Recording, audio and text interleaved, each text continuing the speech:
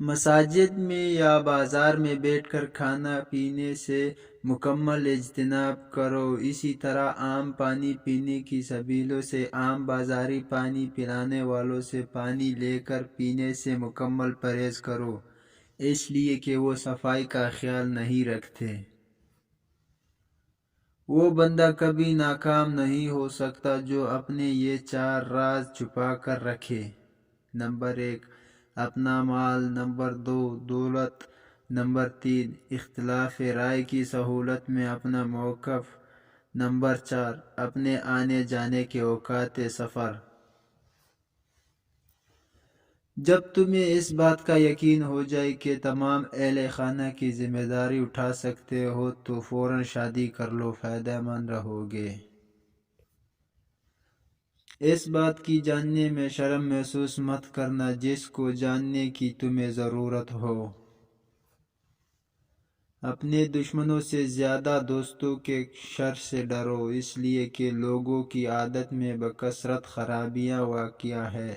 اب تمہارے دشمن تمہیں دوستوں کے ذریعے ہی نقصان پہنچائیں گے۔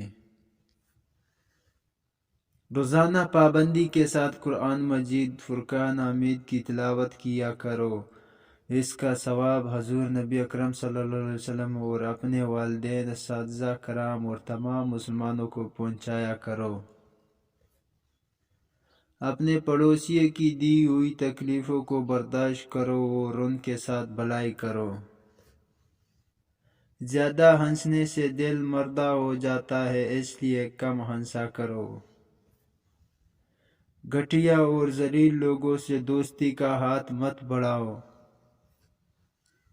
بخیل شخص عادل نہیں ہو سکتا اور نہ ہی اس کی گواہی قابل قبول ہو سکتی ہے۔